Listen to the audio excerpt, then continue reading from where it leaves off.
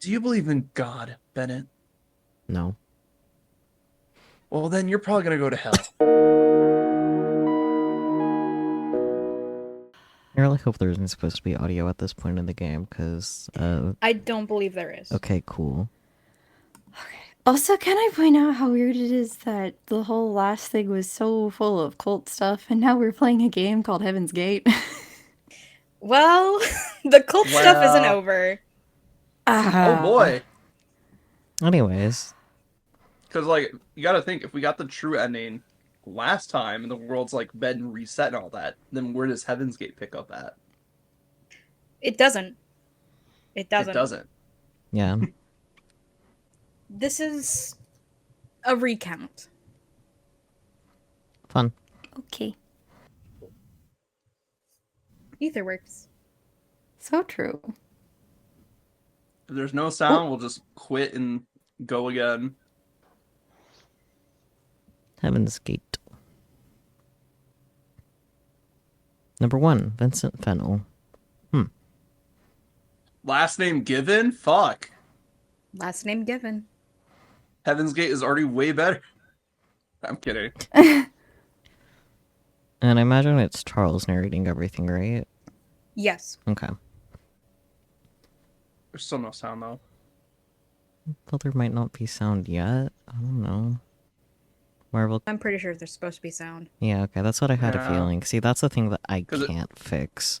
Because, once again, I am not running this natively. It should be fine. Yeah. Sound isn't necessarily needed for this story. Yeah, it's more Yeah, it's... wrapping things up. Yeah. Yeah. If Benny would... Yeah, it's fine. We'll be fine. It's fine. I might lose my mind a little bit, but it's okay. Vincent It's Fennel. okay, I'll be the backtrack. Vincent Fennel is watching a small trail of ants go by, his gaze remaining disinterested. I approach him out of curiosity. Oh, winged ants. That's rare. I'm so small. They're so small. Baby! Too baby. Little! Yes. Small! That's good. Bugs are yucky. They already look. They already look ready to haunt the narrative. Yeah. So true. Look. He gets up from his knees and steps closer to the ant trail. You must be gods to them, don't you think? And with those words, Vincent picks one up. Just one tug and... the wing grips off with an alarming gaze. Stop it! Let it go! What are you being so upset about? Just because we're bigger, that doesn't mean we should hurt them. It's just a bug, though. Mom says even the smallest lives matter. My mom says bugs are annoying.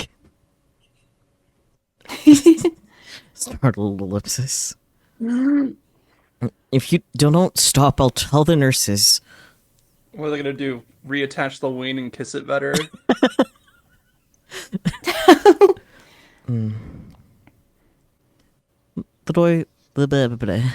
The boy simply gets up and leaves. What's up with him? From that day on, I decide that I don't like Vincent Fennel at all. Number 2, Tazos. It's lunch break.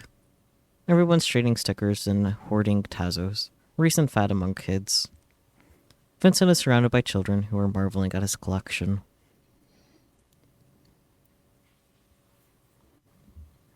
Oh, this one's super rare. God damn it, Relix. Where did you get it? Those are my chips. Lucky? Do you want it? God damn it. I can have it? But I don't have anything good to trade you. I don't mind. Just choose one you don't have then.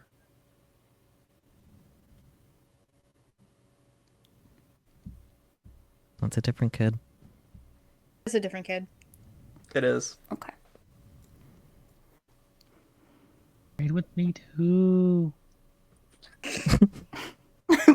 Bear haunting Bear narrative. fading in from the background. Me too. There you go. What What are you looking at, Charlie? Oh, different Okay. cards. Okay, sorry. So many different kids here. Can't keep them straight. Well, they'll have the same name. Yeah, they're all named Kid. Kid. Unfortunate. Want to trade too? No. Mom says chips are bad for health. Boring. Vincent, look, I have holographic ones. Look, what's so special about him? All he has is a pack of Tazos. Tacos! I almost said tacos. Taco. Lost in thought. I trip in. Oh, tacos. You guys done getting the wigglies out? Yeah. Okay. Sure, 1 second. Okay. Lost in thought, I trip and drop the box with the classroom turtle that I was carrying, not the classroom turtle. The poor turtle. The nurses yell at me and make me stand in a corner for half an hour. I blame it on Vincent, too. Number 3. Mother. Mumpler. Mother. When I'm 5, we move into a flat swarming with cockroaches and pigeons living on the balcony. Pigeons! Friends! Pigeons! Pigeons. Cockroaches can get fucked. Yeah. Why is this place so dirty, Mom? I ask. The person The who person- lived here wasn't very cleanly. His mother's answer. I want to go back home, I tell her. Why did we have to leave? We won't be staying here for very long, dear. Mother says, and then I want to believe her. The surrounding dirt makes my skin crawl. Later I overhear our neighbors talking. I learn that the former owner was a drug addict. Died of overdose, they say. Quick, look for secret snatches. When I raise my voice, Mother tells me to keep quiet. When I walk around the house, Mother says that my footsteps are too loud. When I become excited, Mother reprimands me for misbehaving. One evening, she has a breakdown over unsorted clothes in the drawers. Me too. We're talking normally, then the next moment the house is filled with shouting and sounds of my clothes being violently thrown on the floor. There must be something else she's angry at, but I'm too young to understand.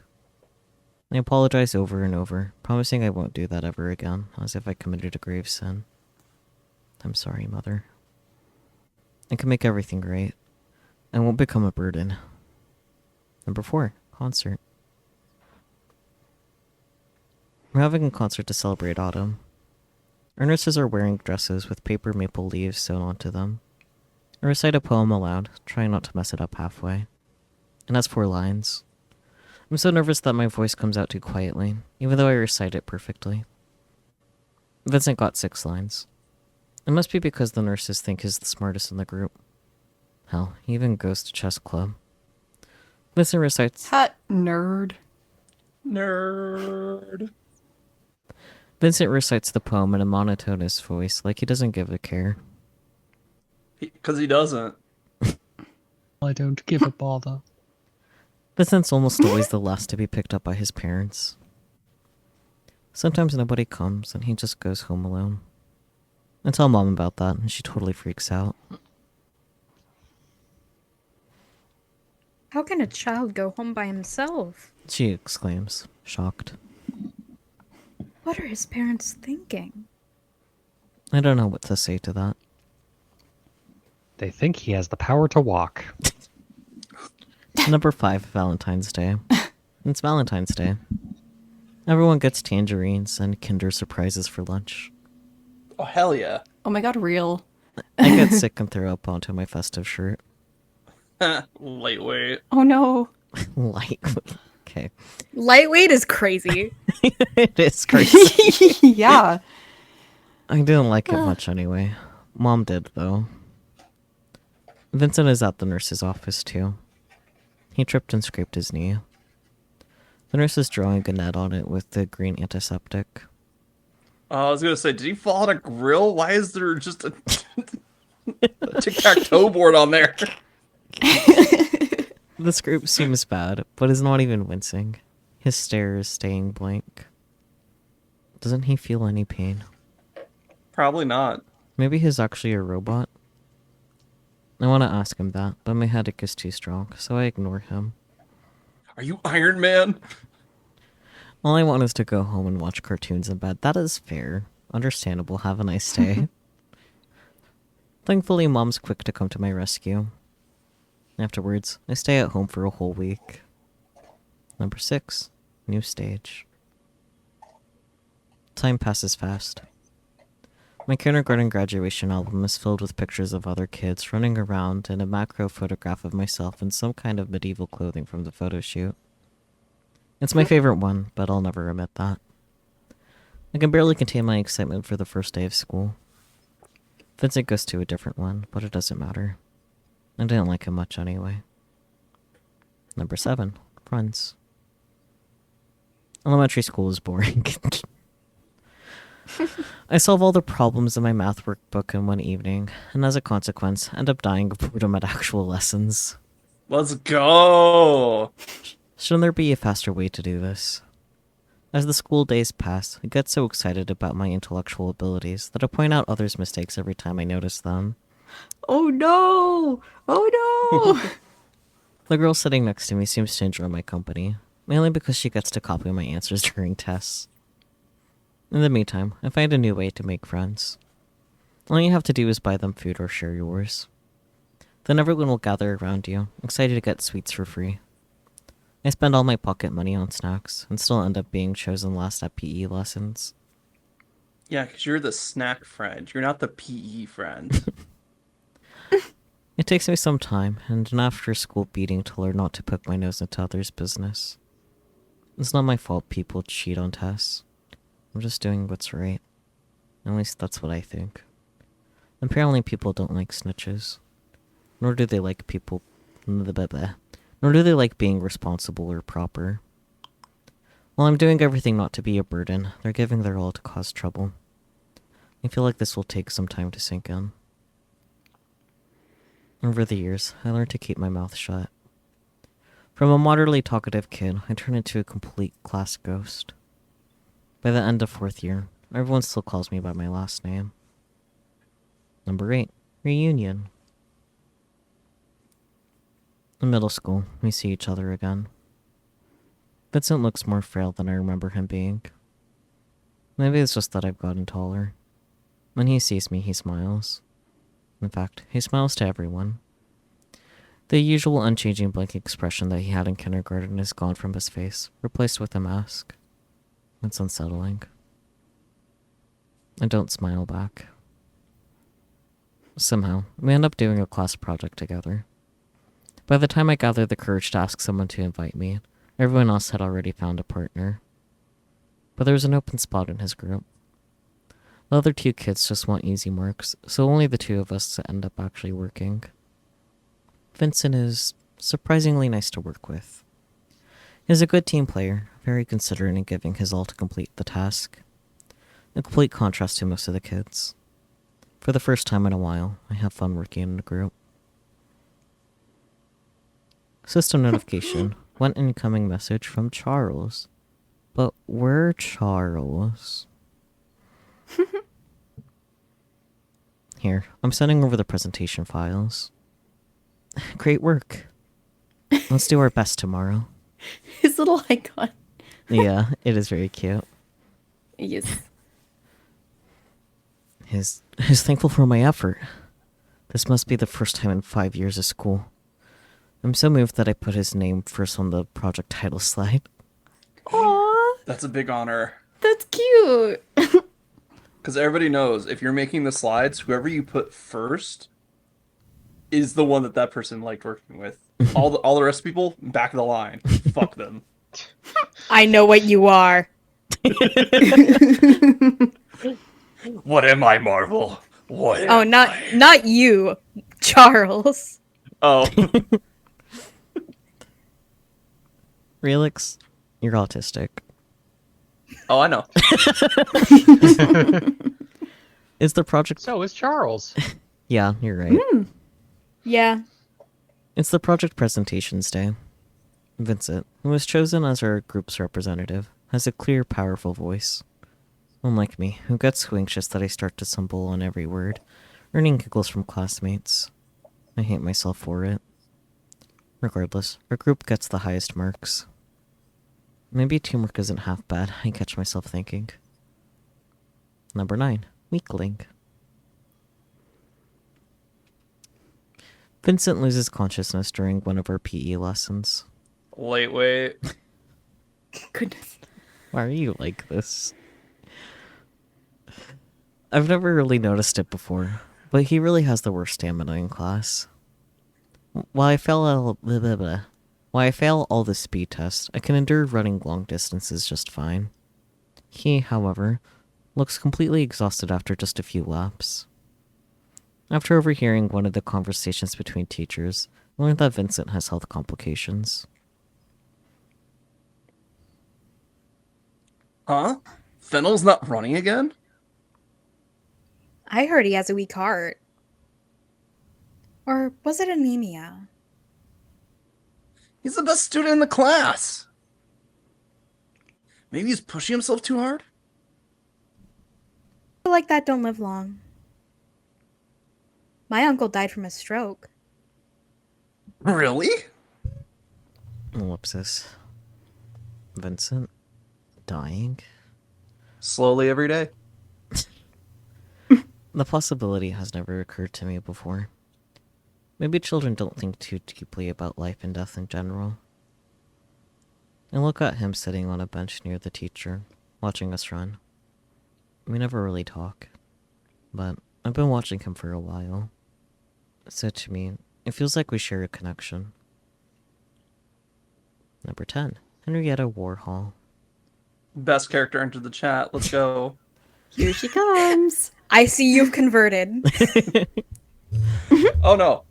Don't worry. I still have some choice words to say about Henri. I often volunteer to stay behind on class duty. Henrietta Warhol gets bullied into it. The other girls call her smelly and cow tits and make her do things instead of them. So right now, she's unenthusiastically scrubbing a dirty desk with a wet rag. Wait, are they just saying she's big chested? Wait, what the fuck? They call her cow tits is what they said, yes. You should use detergent to scrub this off. Don't tell me what to do, Eiler. Why are you even here? It's not your turn to clean. I like cleaning. Or more like, I can't trust anyone with it. Everyone's too sloppy and lazy to properly clean all the dust. Just thinking of sitting behind a dirty desk makes my skin crawl. Yeah, that's fair. Weirdo. You can go home. I plan to stay after lessons anyway. I have piano class coming up in 2 hours. Just enough time to clean and do homework. No, I'll stay. They're waiting outside. If I go too early, they might think I'm slacking off. Damn, that's complicated. Okay. I'm clean in silence. I don't really know what to talk about with her. Henrietta doesn't seem like she's up for discussing homework either. Henrietta, Yes? give me your hand. Huh? And place a candy in it. Oh, I thought I was gonna disinfect it. Just That would have been hilarious. Oh boy. Here, good work today. Carrying snacks around still remains as a habit of mine. Might as well try to win Warhol's goodwill with it. The little picture. Yeah. Henrietta stays weirdly silent. There isn't anything wrong with it, right? Unless you don't like barberry flavor. Oh.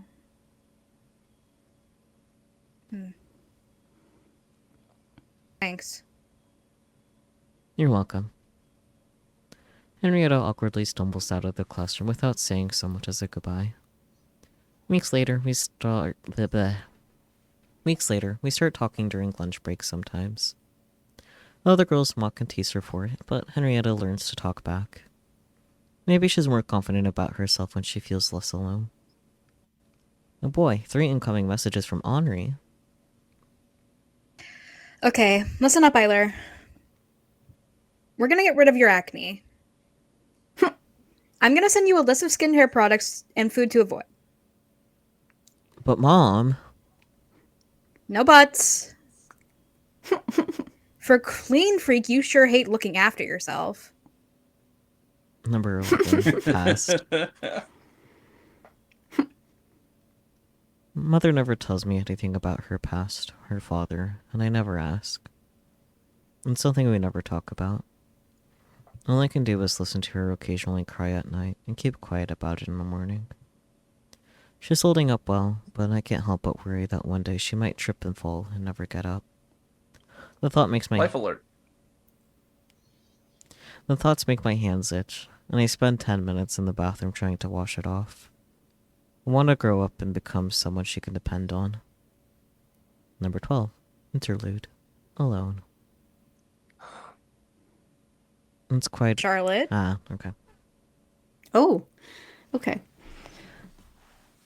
It's quiet in the mind library. I'm hunched over a language workbook trying to fill in the blanks, but all the letters come out jumbled. Ah, my worst nightmare. I write them over and over again until the pages are filled with illegible scribbles. Frey peeks over my shoulder like nothing's wrong. Doing someone's homework again, Miss Wiltshire. You do know that it's not your obligation to do it, don't you?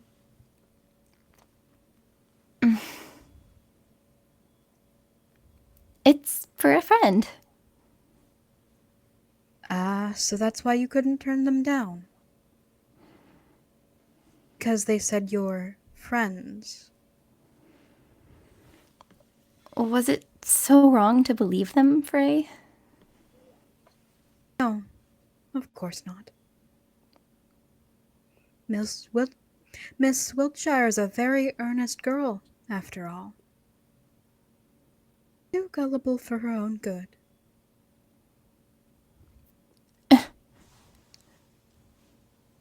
You see, what your so-called friend used was a keyword. A password that doesn't mean anything. You heard it, and immediately thought of the meaning you had for it. You may have thought that the other person meant, I want to help and understand you, but in reality they meant, I want to use you for my own needs. Sure, they could have been honest with you, but would you be doing this for them if you knew the truth?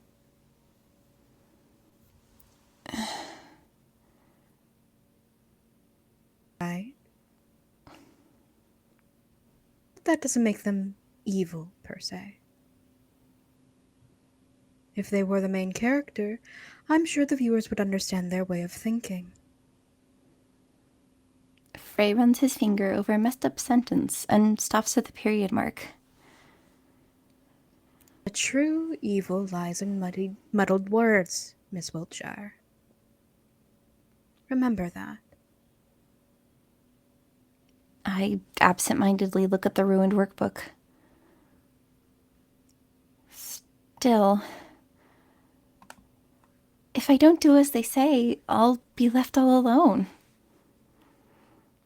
This is all I'm good for anyway. Frey leans his head on me, but I have no strength left to shove him away. You know that's not true, Miss Wiltshire. You just want someone to make you feel better about yourself. Even if it's someone you despise. But don't worry. I know all the words you want to hear. You may feel like you're never doing enough. But in reality, you're always doing your best, aren't you? Just imagining Frey going bonk like a cat. Number 13, school trip. During the first year of high school, we go on a school trip. Oh boy. I don't have anyone to make promises about sitting together with, so right now I'm left with 3 choices. A. Sitting with the teacher. B. Sitting with one of the class bullies. C. Approaching Mr. Fennel, who happens to have a seat open near him. I decide that the latter is the lesser evil. Mind if I sit here? Not at all. Thanks. Oh, now that I think of it, it's the front seat. I shouldn't be taking it. You can just change with someone if they get car sick. I, for one, can't sit in the back. I always get dizzy. Sucks to be you. Vincent laughs dryly. His laughter doesn't reach his eyes. Crap. I just messed up my second informal conversation with him. By the time I gather myself again, Vincent's long since asleep. His head is bumping against the bus window in small intervals. I bring out my MP3 player, but minutes later everyone decides to watch an action movie. The loud sound doesn't seem to bother Vincent, who's sleeping with earplugs. Smart. I should have brought some too. In the end, I settle on watching the movie and lose the track of time. By the time we arrive at the hotel, it's past midnight. I get a room with 3 guys who don't mind me ditching them during the night. Success. At best, they'll get drunk and play cards in someone else's room until sunrise, and at worst, one of them brought drugs. Maybe both. We get up the stairs and unlock our room. It has a bed and a shower, so it's perfect. My classmates leave the room as soon as they finish unpacking. As expected, they don't bother inviting me anywhere. Glad they know I hate having fun. I spend half of the night sketching ideas for comics I might draw someday. All of them feel like I've seen them before. In the morning, I emit the light of freshness. I like being up early. Cannot relate. Cannot relate. Cannot What's relate. early? Like, I'll wake up relatively early, but I don't like being up early. To me, Sometimes there I like is being up nothing early. before 10 a.m. There's nothing before noon. I never said I got up at 10 a.m. That's fair. I Never said I got up at noon. Fair. Oh dear. Really, I'm just in the wrong time zone. Really, if I go to a time zone that's a couple hours behind this one, I'll be fine. Yeah, just come to California. Join us. Yeah. Tempting, but the prices. It's honestly not that much worse than everywhere else at this point, unfortunately. Yeah. It's true. Yeah. Unfortunately, I have to mean- move out there. Yeah, true. The move is going to be the hard part. Yeah. You could come to Oregon instead. It's slightly cheaper here. Oregon, the place with all the trees. Yeah. True. Sounds great, actually. There's trees in gonna lie. California, too. Just saying. Yeah, but they're all on fire. Not I mean, right they're- now. They're also kind of Not on right fire in now. Oregon too. Oregon is just California but north at this point. Yeah. Slightly cheaper. No sales tax either. Oh yeah, I yeah. forgot about that. Anyways, the hotel dining room is dead silent, like a cemetery. Out of my classmates, only some girls and Vincent are present. So Vincent is one of the girlies, got it. Fabulous. Absolutely. Have you seen him? You're right. He's so girly pop. Yes. I decide to drop into the seat near him. Morning. Good morning. I didn't see you last night. I was getting my beauty sleep. Did you party with everyone? Of course. I have to admit, I have a hard time imagining you drinking. Why? I have high alcohol tolerance. I just noticed, So are Charles's hands like that because he picks at them and washes them all the time? Yes. Probably. Yeah. Okay. Had a feeling. Turns out when you wash your hands a lot, they dry out. Yup. Weird. Crazy. There's also this thing called dermatillomania. Yep. Hmm. Gots to pick at it. All this calling Vincent a lightweight. Yeah, you're right. When it comes know. to physical activity, I didn't realize he was a pro drinker and could drink everybody under the table. Yeah. Also, if he has poor medical health, isn't he like on a ton of medications? He should not be having alcohol. He's not necessarily on medication. Have you seen the healthcare system? True. I mean, Even if he is on medication, it's Vincent. Yeah. that's true. True. He doesn't want to live. Anyways, unlike many. Ugh, don't remind me. I woke up to sounds of someone puking in the toilet next door. Unpleasant, isn't it? My face says it all. Still, the image of Vincent downing alcohol like a glass of juice seems really funny to me, so I can't help but laugh out loud. Honestly, I don't see this little twig man just going chug, chug, chug, chug, chug. Vincent gives me a questioning look, so I quickly try to change the topic before he can ask anything. I butchered that, but we'll move on anyway. Blah, blah, blah, blah. When I drink, I just become sleepy. It is a depressant. Same, buddy. It is a depressant. Boring, great. Is that so? I thought you'd be the type to talk a lot. Nah, if anything, I shut up for good. I am both. Alcohol doesn't really affect me. Huh. I get sleepy and talkative. It's very fun. And then you Last just time talk I had until you pass alcohol. out, so your words trail off, and then it's just And then fall asleep. Last time I had alcohol, my body was not happy with me. understandable. I think I'm the type people would call an ambulance for because they drunkenly think I died of lethal ethanol intake. You sound like you speak from experience. Well, I don't want to brag or nothing. the trip itself is nothing special. Art museums never interested me much. During one of the excursions, Henrietta gets lost, and I volunteer to look for her. Thankfully, I spot her at the statue near the museum with a dead phone. Henrietta doesn't let go of my shirt until we get back to the group. Aw, cute. Aw. The night at the hotel on our way back doesn't go as smoothly as the first one. This time, I have to share a room with a guy who doesn't mind other people seeing him make out with his girlfriend right in the room. Ew. Gross. It's not even PDA, but still, what the fuck? I do, so I grab my jacket and make my escape. It's already past curfew. Probably not the best idea to spend the night on the hotel stairs, but whatever. Oh, buddy. Just as I start to doze off, someone shakes my shoulder. Good enough. Sure. Eiler. You'll catch a cold if you sleep here.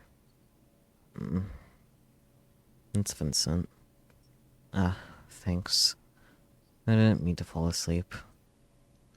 Where are you out at this hour? Just wanted to get some fresh air. I do enjoy night walks. We're not allowed to leave the rooms at night, you know? They're coming from a person out at night. And then may I ask why you're here? I guess I'm not a fan of voyeurism. Can't relate. No, that sounded bad. Forget it. Okay. I'm guessing there are problems with your roommate? Yeah, that's a pleasant way to put it. I could use less pretty words, but it'd leave a bad taste in my mouth. Vincent looks at the night sky. It's nice here. So quiet. Yeah, so quiet there's no background music. I don't have to wake up to shouting. I don't know what to say to that, so I just pick at my skin. Stop that. Slaps his hands. Just Yeah. stop that. Oh my god. Sorry, I said too much. No, that's fine. Pitiful, awful. None of these seem to fit. I'm not someone who should comment. Let me sit in silence for some time. That being said, do you plan to return to your room? Nah, I'll wait it out a bit more. I see. Well, good night then. Night. Thanks for keeping me company. It's my pleasure. Half an hour later, I returned to my room, only to find my classmate sleeping soundly. This asshole. I fall asleep thinking it would be nice to go somewhere with my class again. Number 14. Passwords. Oh boy, incoming message from Vincent. Would you mind joining me for lunch? Sure. No. Just gonna grab something to eat. His icon. Is it the usual place? Yes. I'll be going ahead then. Vincent likes to eat outside. It's more quiet here, he says. After the class trip, we started hanging out more often. Sometimes he invites me for lunch, like today. Don't you think the education system is flawed? Vincent brings a hand to his chin, thoughtful. It depends on what you define as a flaw. If the main objective of education is discipline, then it is essential to have a hierarchy. I'm rather thinking about the things we learn. Take today's test, for example. Do you actually know what the entropy of isolated systems never decreases means? Can you explain that? No, not really. I just learned the material needed to answer the questions. Hell yeah. Let's see. You only learned the answer the teacher wanted to see. Not only will you forget this knowledge, but you'll have no clue what you were writing about. We're only learning Memorize, write it down, forget it, go to next hour, do it all over again. We're only learning keywords that we don't know the meaning of, and we don't gain any practical knowledge. Okay, I understand where you're coming from. If you can't find use for theoretical knowledge, then it's meaningless, right? However, I wouldn't use this statement as an excuse to slack off, or accuse people of using bad teaching methods for that matter. Right. I just want you to hear me out on this. If given the opportunity, I'd like to change something myself. It'd be ridiculous to tell others how to do their work. I really do understand. I think it's not just the education system that uses keywords, though. Words that carry no meaning litter our speech in everyday life. And then, mass media is just entirely made of them. It's just template phrases that are guaranteed to cause a reaction. Now the hidden objective may be entirely different. Yeah, like articles bashing local art exhibitions are actually written to promote them. Oh crap, I think the break will end soon. You still haven't finished your food. Don't worry about me. We hurriedly finished our modest lunch and returned to class. Number 15, puberty. Oh boy. The older we get, the more disturbed and obnoxious everyone becomes. They're trying to connect, clumsily, erratically. Which I understand to some degree, but I've always been fine in my own company. Also Vincent's, but he can be tiring too. Sometimes he starts ranting on subjects I don't understand, which gets tedious. Like hell do I give a damn about politics? Go back to your containment board for God's sake. Henrietta isn't a saint either. Am I actually masochistic for enjoying being bad-mouthed by her? No. Yes. Yes. By definition, yes. Yeah. Yes. Unless she has the same horrible taste in anime. Oh, goodness bless. Miss Warhol, you'll absolutely have to consult me on dating sims. We can make a fortune off this. Fuck off, Eiler. It won't sell. Here, at least. And don't talk so loudly. The other girls will hear. It's your fault for trying to seem something you're not. So, how about it? You and me, a Dojin circle? No, I've never written a finished story in my life. Just, Can relate. yeah. Just copy the popular tropes. Everyone only wants things they're used to. Just go away, Eiler. You're a bother. Go pester someone else. Talking to Miss Warhol always lifts up my mood. Have you heard of Heaven's Gate? They're an organization that preaches that our world is controlled by alien puppeteers from another world. Fucked up, right? Does that mean that their world is more real than ours? What even is real these days? Do you think we could be saved if we refuse to be actors on this stage? Maybe we should leave altogether. One incoming message from Charles. What's up with the emergence of the web cults lately? You mean Heaven's Gate? And actually, I helped copyright the contents for the site. Vincent, the fuck? Wow. What? Really? He's a culty. Of course. Any kind of content has curators. This one was meant as a prank, though. Okay. Sure it was, buddy. Okay. Sure it was. You don't actually believe that we're puppets on strings, do you? Well, the text you wrote was awfully convincing, though. I'm honored. Why Heaven's Gate, though? Me wanting to seem big despite it being a prank. Doesn't it sound like something promising? Yeah, sounds pretentious as fuck. It doesn't mean anything, really. Just like Heavenly Kingdom doesn't exist. So an empty promise of virtue, huh? Still, isn't it a kind of dangerous? People might believe you guys for real. That would be silly, don't you think? Number 16. Interlude. Rationality. Ah, Bennett, our boy. Hi, Bennett. Mr. Honecker. Do you think I'd act more rational if I killed my remaining emotions? I don't believe we could be rational without feelings. Patients with prefrontal cortex brain damage cannot experience emotions. To them, any decision seems as good as the other. For example, when I think of killing someone I care about, I'm overwhelmed with horror. It goes without saying that I never do it on a whim. Thus, feelings are essential for rational thinking. Soap inhibits the prefrontal cortex functionality as a side effect, right? I've been saying it all the time, but consuming it isn't doing you any good. You lose the ability to distinguish the weight of one decision from another. And that means... That means killing me and eating cookies for breakfast will be more morally equal to you. Sounds good, like, to me.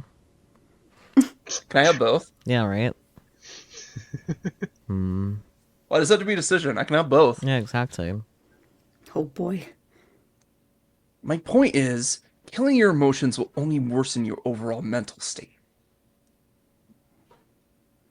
It's okay to care, Bennett. Damn, you're right. Bennett croaks out a laugh. Number 17, trust. Vincent peeks over my shoulder, startling me with his voice. I have to say, I find it funny that, like, the three main voices I have for this series are very similar, because it's not like I don't have a range of voices. It's just that you picked three similar ones, Yeah. and now they're all coming together. Yeah, it's Yeah. unfortunate. I'm not sure if I would have casted them any differently knowing this, to be honest. Yeah. True. Yeah. Because when you were introduced to them, they're like, oh, this is its own isolated thing. This is its other isolated thing. Yeah. Anywho's. Vincent peeks over my shoulder, startling me with his voice. Are you writing something? This barely counts as writing. Fennel steps over the bench, now facing me directly. Are you dissatisfied with what you're making? No, not exactly. Not more than usual, it's just... I don't know how to communicate my thoughts to others. Well, It's the autism. True. It's okay. the whole plot looks too contrived. I'd stop reading after the first page. Do you think your readers are stupid? No. If anything, it's my own fault that I'm a clumsy writer, not theirs. And then, do you not trust them? I don't. I mean, I really want to. But I'd be lying if I said I did. I see. If you can't bring it around no matter what, why not prove that you yourself can be trusted? Vincent leans closer into my personal space, making me recoil a bit. Gay, homosexual, gay. You're right. Show that you've done your research. That you're knowledgeable about the subjects you're handling. I can read so good. That you're involved as much as your reader is. That you're prepared to bare your mind and soul. His presence suddenly overbearing. Vincent looms over me. My breathing hitches. I feel small. Wouldn't I be making a fool out of myself if I admit my weaknesses? Yes, I'll make you vulnerable. I'll leave you in the open. Naked in public. Guts out. Come, cop a feel. For $1.99 only. Damn, OnlyFans? Thrilling, right? You. Yet still, you'll be the one to control. Because it has your conscious decision to reveal the information, and you hold power over it. With those words, Vincent leaves my personal bubble and drops on the bench beside me. Having nothing to hide puts you at both an advantage and disadvantage, but my opinion is that it's worth it. I suppose that's one way to go about it. If it were me, I'd rather have the work exist separately from its author. If anything, I prefer working as anonymously as possible. Yes, I'm not saying my approach would work for each and every person. You should choose what suits you best. But most importantly, don't underestimate your readers. Make them feel like your story is the best thing they'll ever experience. Make them feel like they can only feel that way with you. And there you have it, a story you can be proud of. The way you put it sounds like you're selling your mind to others. Does it? I'd call it sharing. I call it $5.99 a pop. Come on, let's go. And besides, being insincere in your work will result in flavorless throwaway texts. You want to write disposable garbage like that? Mr. Fennel, you're intense. That's a lot of knowledge for someone as young as you, Mr. Fennel. I'm just saying what I've learned from more experienced writers. And I suppose I'm really passionate about writing. No, I didn't know. Is he writing something too? You just looked like you needed advice. Were the words I chose enough? Yeah, thanks. I owe you one. And actually, would you like to read what I've written so far? I think I could use some feedback. Sure. Don't expect mercy. Bring it on. I'll fetch you my notebook next week then. There's a lot written, so you can take your time with it. Our conversation is cut off by the ringing school bell. During our final high school year, Vincent joins the student council and invites me to do the same. White society. Oh dear. Did you mention that you wanted to influence school life if possible? I believe it's a good opportunity to do so. I think it's not about good ideas, but rather the ability to convince others.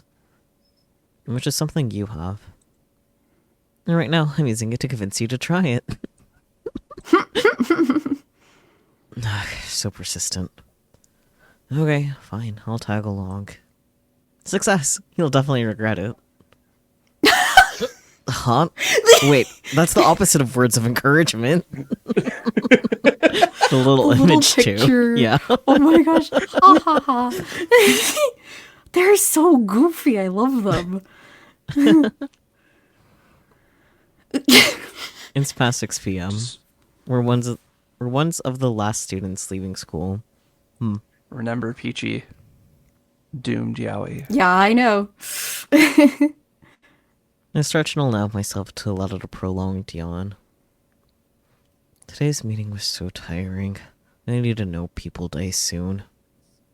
I can understand that. Says Vincent, who talked during the whole meeting.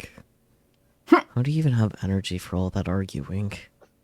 I just enjoy good discussion.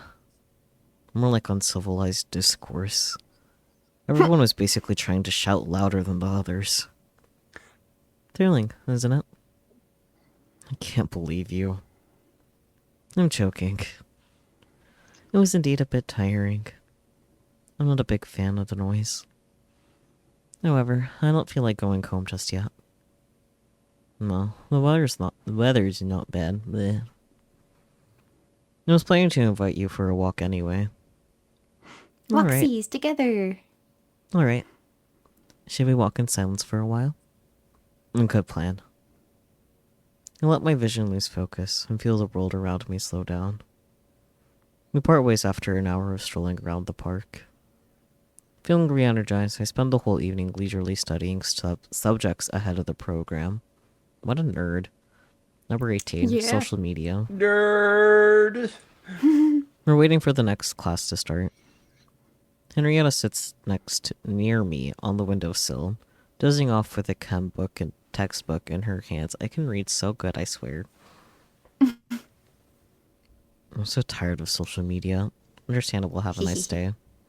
Little critters. Everyone's talking so much, but no one's talking about things that really matter. And I feel bad for contributing. Henrietta yawns and stretches, then pinches my nose. Hello? What do you think people should be talking about then, genius? And who are you to decide what matters and what doesn't? Shut up. God. You're right. Shut it. I know. I'm just saying how I feel. And I feel tired. Isn't it up to You're- the individual to decide what is right to them? No. What? Free will is an illusion. Oh, okay. To a certain extent, but also like if you go with that mentality, like if everybody is free to make their own rules, then there's gonna be a lot of shitty people doing some really shitty things. Yeah. Yeah. I mean, there already is a lot of shitty people doing really shitty things. Exactly. Oh. Exactly. Exactly. Oh, man. Any whoosies. Yeah. Your judgments are useless then. It's like watching a teenage melodrama to have deeper meaning. Or wanting a teenage melodrama to have deeper meaning, sorry. Want something profound? Read a book. Or go talk to Fennel. Same difference. He's like a combination of a therapist and a saint, so no wonder you love that. Oh, way to trivialize him. There's like a god. Way to be not much better. Oh, boy. A human. You're just biased because he validates you. So true. Okay, good point. Still, I don't get it. What's so good about him? Aren't you singing him praises just because he's polite? No, it's because he's gay. Also, Vincent is very friend-shaped. It's because they're both gay, Henri. Yeah. Just because he has the human decency to make effort to be kind to others. He's hardworking, reliable, and after talking to him, I always feel like I have ascended to some new level of human consciousness. Also, he appreciates the concept of personal space, unlike some. Ugh, are you done yet? British word for cigarette.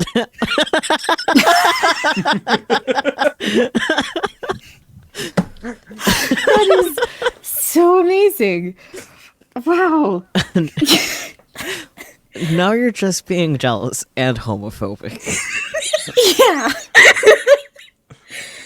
Go fuck yourself, Eiler. Or And ask the Fennel to do word. it. Or ask Fennel to do it. I don't give a fuck. See? Uh, No human decency. Vincent would be like, would you kindly back off?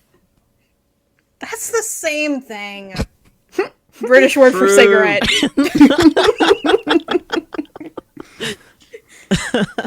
Might as well be. I wonder if he's ever gotten angry at anyone. He just has high self-control. I lost mine somewhere along the way when I tried to prove that I'm not a doormat for others to step on. Nah, so she's self-conscious about her attitude after all. I mean, Henri is the best Henri. Actually, any Henri is great. I can't exactly tell you not to worry about it, though. no, we met doormat Henri. She wasn't too great. Yeah. But, We're all sitting there like, you deserve better, honey. but, I like you the way you are. Okay. No, the little smile. Number 19, possessions. Oh boy. We're talking about 9/10 of the law now. Vincent comes over to do a research project for school. I can read so good. And we'll come into my room with rubber gloves still on my hands. Okay, buddy. Oh, buddy. All right, bend over. Either. You look proud of yourself. And of course, cleaning done. Clothes ironed. I can focus on schoolwork in peace. Good. You seem to be especially scrupulous when it comes to organizing. Scrupulous. Scrupulous. Fabulous. I just can't seem to focus when there's something out of place. I end up thinking CD. about a single sheet of paper lying around unsorted instead of doing something useful. Oh, but that's not the worst of it. It must be tough. Workspace isn't very organized in comparison. Although, I don't have many personal possessions. Don't like stuff piling up. That too, and perhaps I'm not very sentimental. I briefly wonder if that's really the only reason, but decide not to press on. No, listen to the red flag. Yeah. Listen to the death flag, Charles. Let's change the topic. That being said, remember when we were all about collecting stickers and stuff? Yeah, everyone was crazy about trading. I still have my collection. I can't bring myself to throw away my cat toys too. It's kind of embarrassing. Why? You must have loved them a lot. Having things you love doesn't make you seem infallible. Infallible? Infantile. I know. Infantile, Words yeah. hard, okay? It's okay. Meh. It's okay, you can learn. I don't want to learn. Too Too late. bad. Let me die stupid. No! You'll No, be smart and you'll be unfortunately- miserable like the rest of us. I already have a 4.0 in college. Leave me alone. Oh, damn. Okay. Not that I'm taking many Unfortunately- courses, but Yeah. Unfortunately, the large majority of your friends are nerds who like to share their knowledge with you. you're all autistic. That's the thing here. Yeah. That helps. Smiles so sweetly at you. Also smiles very sweetly at you. Well, yeah, when you put it like that. What about you? Didn't you have your favorite stuff? No. Only bought popular things regardless of whether I like them or not. Oh, I see. And then I threw them away as soon as they became useless. Vincent is so fake. Not this moment. Vince's gaze seemed empty. His face didn't convey any particular emotion, even though he was smiling, which felt horribly out of place. For a second, it felt like we weren't talking about bootleg Digimon stickers, but something else entirely. Bootleg Digimon stickers. Amazing. Let's fucking go. Well, yeah, I see. You must have no interest in material possessions. That's admirable.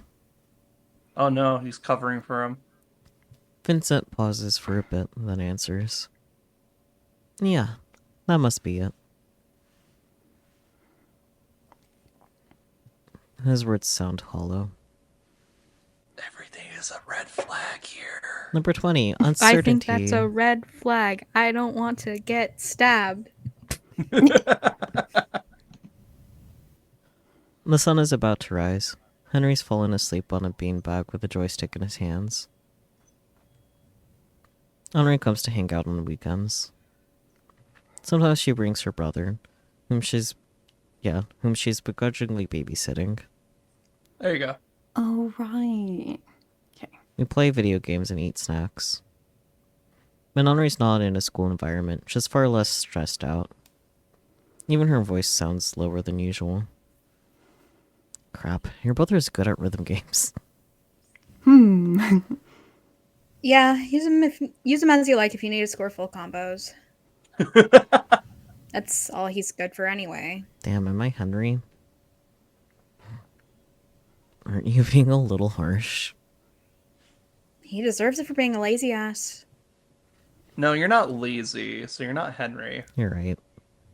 Have you seen his grades? It's like he's made it a goal for himself to become the worst student of the year. Maybe his mind just works differently from the rest. Yeah, that too. But for the most part, he just wants to play MMORPGs all day. Maybe I'm Henry. Same. I want to help him, but I also want to break from all this shit. I'm tired of working at part-time jobs just to help our parents sustain his lifestyle. Do you know how much console games cost? Too much. Unfortunately, I do. Yeah. Yeah. And they're going up. Add that to a monthly MMO subscription, gacha pulls, and merchandise, and you'll get my monthly salary. He should just start How much do you make in a streaming. month, girl? Yeah. Multiple part-time jobs. True. Multiple. True. He needs to start live streaming so he can at least make some of that back.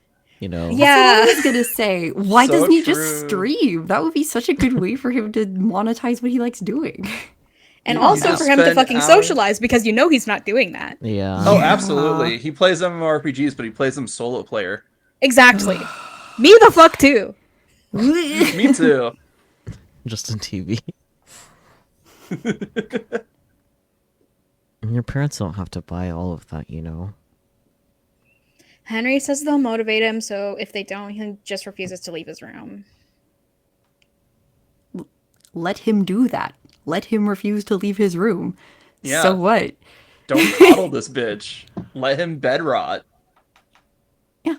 Eventually he'll either get bored enough to go do something, or, you know, He'll leave his room eventually. That's the point. yeah, he'll leave his room eventually if you stop babying him. Yeah. Sheesh. Henry looks at the ceiling, contemplating something. Tyler, I was thinking. That's good.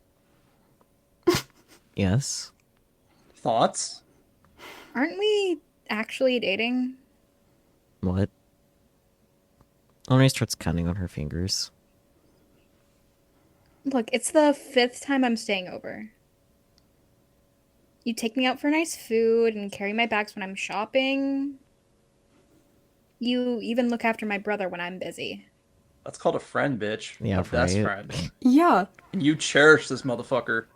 Aren't all of these just things a decent person would do, Miss Warhol? Yes. To be fair, she doesn't know a lot of decent people. Yeah, that's fair. Yeah. That's true. I fail to see your point. Aren't you the one who's always like, I wish someone would call me princess and take me on cute dates? Is it wrong to wish for that? We'd buy matching No. clothes and cuddle on a sofa. Only you do it for me too. Henri nudges me with her elbow, violently. Yeah, you're far from that. Please don't use that squeaky voice to imitate me ever again. Damn, I should have used Oh. a squeaky voice. Should have used my nut So- voice. Damn. Really, true. what she's asking is, "Hey, I think you're a decent guy. I would like to date you." But she's not directly saying it because she wants him to, not leave her. Yeah. Still, what should we call this? Friendship. Babysitting with extra steps. That too, I guess. This, like, specific instance, but does it need a specific term? If you're talking about becoming each other's possession, then I'm against it. I'm gay. No one ever belongs to anyone. Yet for some reason everyone thinks a meaningless string of letters can bind people to them. Isn't it normal to want something you can call your own? It rubs me the wrong way. That would mean treating others as commodities, in which in turn contributes to a mindset intrinsic to a capitalist society. Comrade Charles, let's go!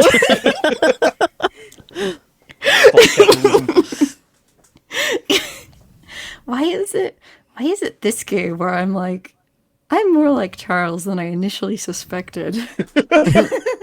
It's because But, fuck like- capitalism, Peachy. Yeah, and autistic and OCD. Yeah, exactly. But like imagine like Charles with really high empathy, and that's like me. And like- you just had your. Oh, What? Oh, that was your line, right? yeah. Hi. you guys can go if you guys want. I'm just Did I- here for the ride. That's so valid. I was gonna say something about like Charles but a lesbian. Which is just Charlotte, I guess. It's just Charlotte. Yeah. It's It's just Charlotte, yeah. Yeah. Huh. Yeah. Anyways, carrying on. Anyways, you just had to bring your pointless philosophy to it. Just say it in normal people words. Capitalism bad. Yeah. Sorry. I just don't know yet. Henri says. Well, me neither. Hold on, let me try something. Henri leans in. Oh, and I was kisses joking. me. So, how was it? It was supposed to be this amazingly good thing that every story leads up to. But it didn't really feel like anything out of the ordinary. What if it was with someone else? Like Vincent. I think it'd be the same. You know, I'm not too comfortable with physical stuff. Is there something wrong with me after all? Me to hit you? Maybe. Do it. Aren't you the one who keeps going on tirades about everyone experiencing life differently? Just because I don't understand it's not doesn't mean it's your fault. Sorry. I just feel like I'm constantly letting people down. And find a downer like you, jeez. So, Vincent, got it. Or stop worrying about it. Just look at Fennel being comfortable in his own company. Oh, girl, you don't know him. Vincent's always surrounded by people, though. He only started isolating himself just recently. That's not good. Ooh. Oh boy. I've only talked to him a few times. Felt like he wasn't even there. He's not really listening to what you say. So, my conclusion is that he's full of shit. But at least he's content with it. Maybe he was just bored around you? Maybe, but he's like that around literally everyone. And you kind of suck at reading people. True. You can't tell this girl's trying to hit on you. It's the autism. It's the autism. I bet Fennel's the kind of person who'd populate a planet with clones of himself and be happy about it. Funny you say that. Where did that come from? If I cloned myself or had my personality divided into parts, it'd end in a mass suicide. Funny you say that. Funny you say that, Charles. Now you're being weird. Anyway. I guess it's stupid to try and mold you into something you're not. British word for cigarette. Even if you do everything a romantic partner would, it's pointless if you're not feeling it.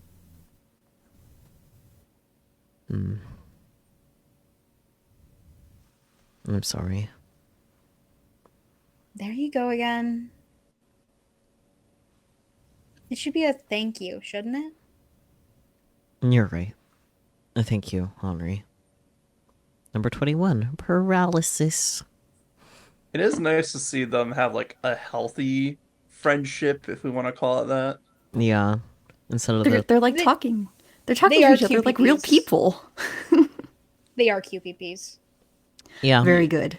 even if they haven't. Because found we out only yet. saw the bit of them where they were dating, and they were both kind of miserable about it. Yeah, they're fake dating. They're Yeah. each Fake other's dating. beards. Yeah, even So though they true. don't know it yet. Yeah. I wake up with a headache and stumble into the bathroom to brush my teeth. I look into the mirror and notice that I only blink with one eye. Weird. But whatever. School proceeds as normal until I start feeling extremely fatigued during the 5th period. Something's not right. I end up calling Mom. She always knows what to do.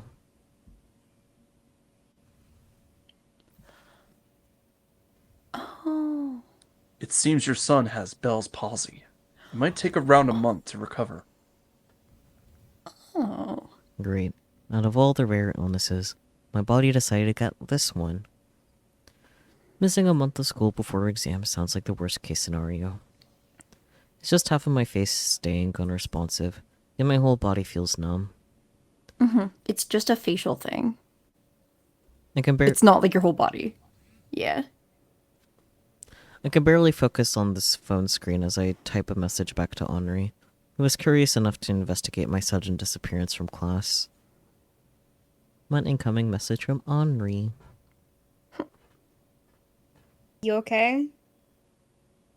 I got hospitalized with face paralysis. Oh no, is it stuck like that? The fuck is that? And the fuck is that indeed? One of my eyes can't blink, and my mouth is stuck in a convoluted grimace. Thank God no one will come to visit. I close my eyes, one manually, and hope that the numbness will go away in the morning. It doesn't. Hospital food is tasteless. That doesn't really matter, since I'm going to be discharged today. No one stays at hospitals for more than 2 days unless you're fatally injured. Mother asked her acquaintances to give me a ride home. What followed were 2 weeks of pills and 24-hour sleep, and 2 more weeks of staring at the ceiling because my mind couldn't focus on anything else. Henrietta came to visit while you were sleeping. She brought some printouts from school. Bless her. Among the stuff Henri brought, I found a notebook with Vincent's name on it.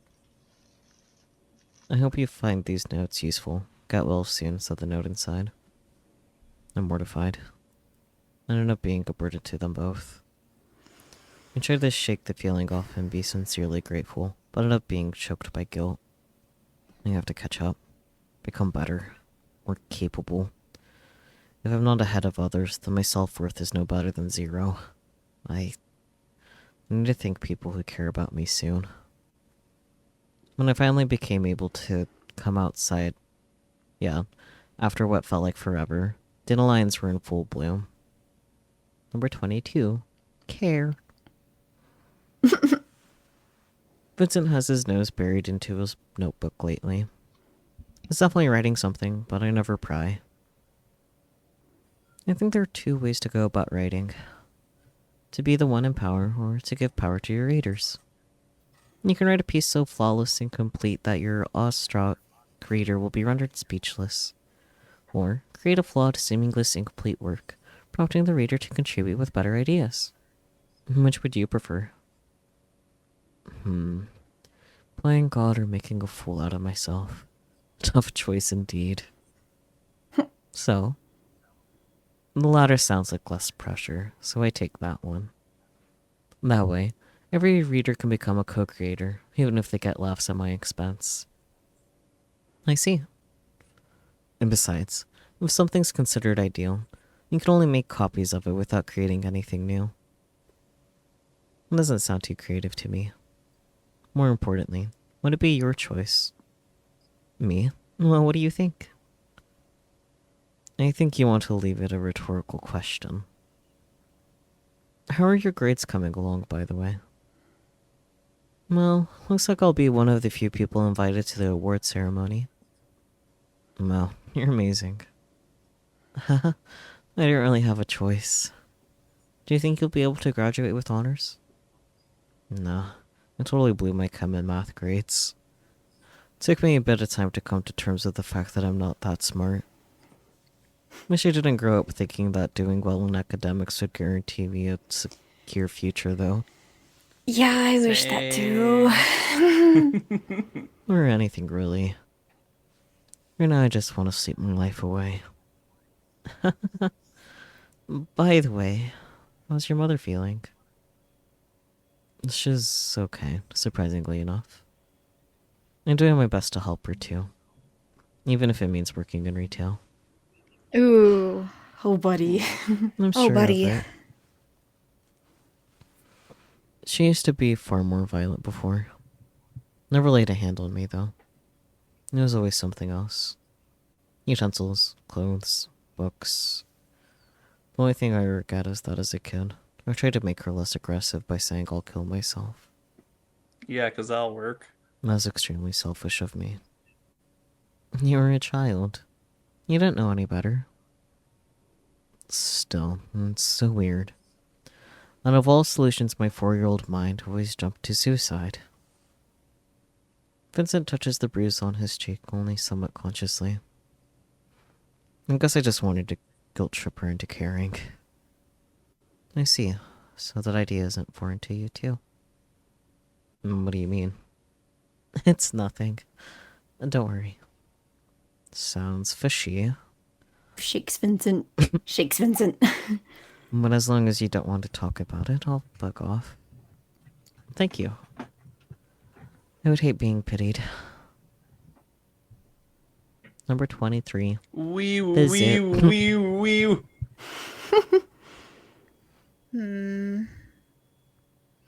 Maybe I shouldn't have come without a warning. But it's Charles, so we won't mind all that much.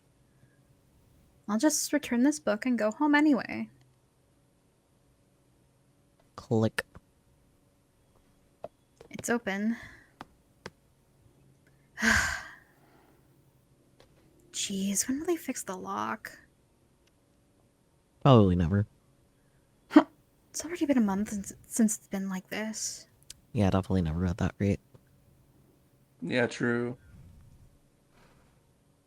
This place is already a hellhole. Would it hurt them to put more effort into making it a little bit safer? Yes. Yeah, the landlords will get angry because they're not making all the money. True. The elevator's taking too long. Did someone just come in?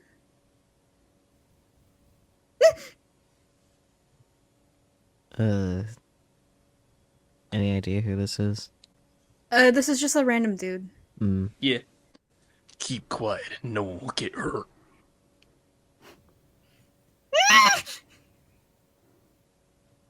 You bitch! Stop screaming!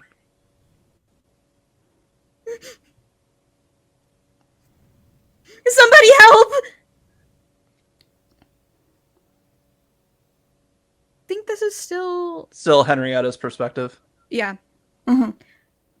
I hear someone opening the door floors above and a dog barking. Ugh.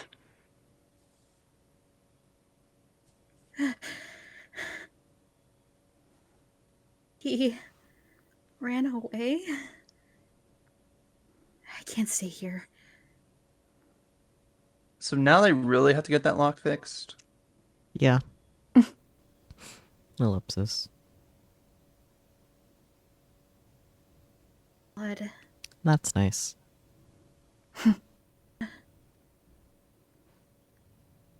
Ring.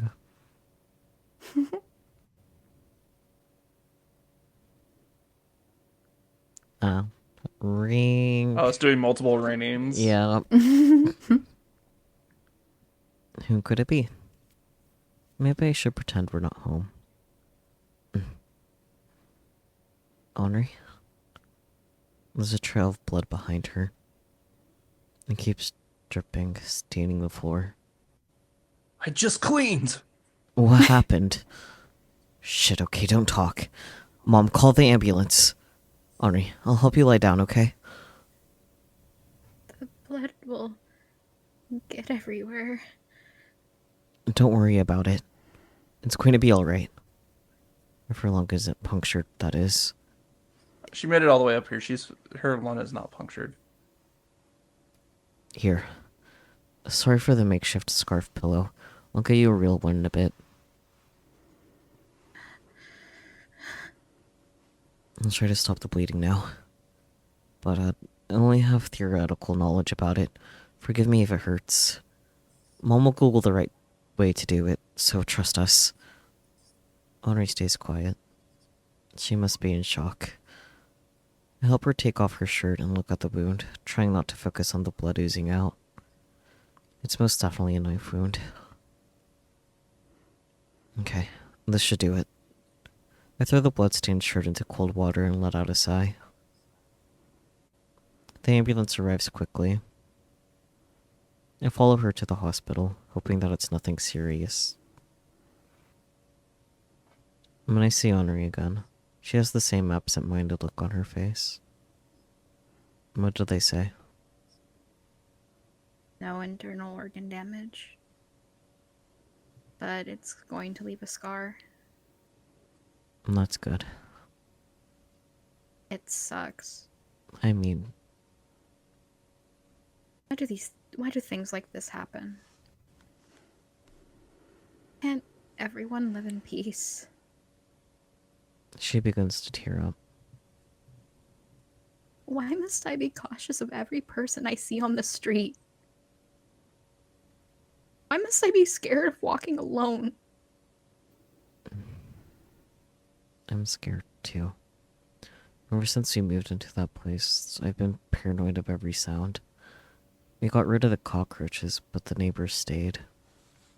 Want me to get you some pepper spray? I have some in my bag. I hate it. The very fact that you speak of these things like they're nothing out of the ordinary.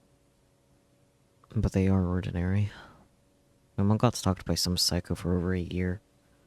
I got smacked with a broken bottle in the street some time ago. Our neighbor's dog got mauled by a pack of strays. Life's full of misfortunes like that. Fuck that. It's unfair. It is. But there's nothing we can do about it, can we? You're always like this. Ignoring the problem instead of doing something about it. Miss Warhol. What? What's up with the sudden formality? I didn't get to ask, but what exactly happened back then? I don't get it myself. Everything happened so quickly. He told me to stay quiet, but I screamed my lungs out anyway. Maybe he just wanted my purse.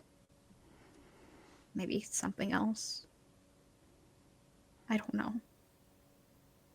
I just wanted to return the book. Henri turns over and cries into the pillow. Number 24, interlude. Wound.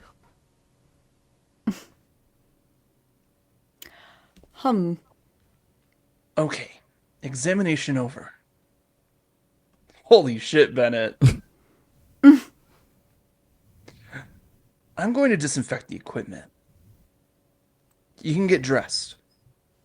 Thanks, Mr. Honecker. So, how is it? I don't think these bruises will ever heal. Unless we skin you and replace the tissue completely. Oof. That's a Wha- bit extreme. I mean, he's saying it's so extreme that we'll have to go to those extremes. I understand, but Personally, I think you'd be down for it. Yeah, maybe Bennett's into that. Yeah, who knows? Um, Yeah, I don't think you want it. Even though you're emotionally dead, unless medicated, it's gonna hurt like hell. Can't laugh about that. if it's a smile, I can always give you one. See, just like I Aw. was taught in the Oh, labs. creature. he's doing his best. Look at the little creature. Yeah. Stop it. That's not funny. It's weird, Mr. Honecker. I'm so desensitized. Desensitized. I know the word. I'm going to strangle you. Do it. I will. Meow, meow, meow, meow, meow, meow. Me next, Aw. me next. Y'all, you need to stop. Man, I gotta point out, Felix is especially orange cat in this art style. Yeah. So true. You understand, right? Yeah. Orange cat. Yes. I would also like to append my earlier statement. I am not nearly as passive as Charles. Good God. I have more of like Henri's vitriol when it comes to Yeah, things so that Charlotte. upset Yeah. me. Yeah, so Charlotte. Yeah. You are Yeah. Charlotte. We already know this. Yeah, okay. Anyways. I'm so desensitized to cruelty and violence that I no longer feel saddened or shocked by them. I don't think I'm capable of crying either. Punches him in the face. Or feeling anything, really. Everything is just mundane. Well, humans are an adaptive species. If all you see every day is atrocities, you can't help but get used to them. Yeah, I guess you're right. Reckon I said anything? You hate being sober that much? Obviously. And when I am, I start having thoughts. I'd rather not think, Mr. Honecker. That should be your Same, thing to bestie. do. Good night.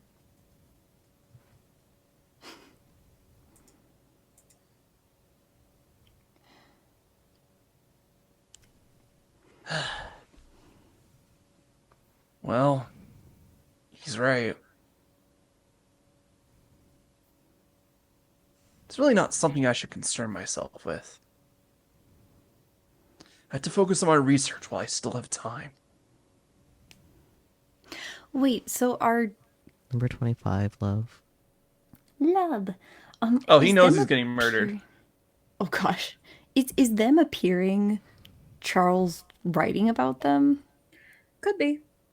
They're just Okay, little okay. interludes. I think it's best not think about it too much. I think the interludes are more explaining like the themes that are going on about what just happened and like Charles's thought process about how he gets through it. Hmm. That's a good way to put it. All right, I can take that.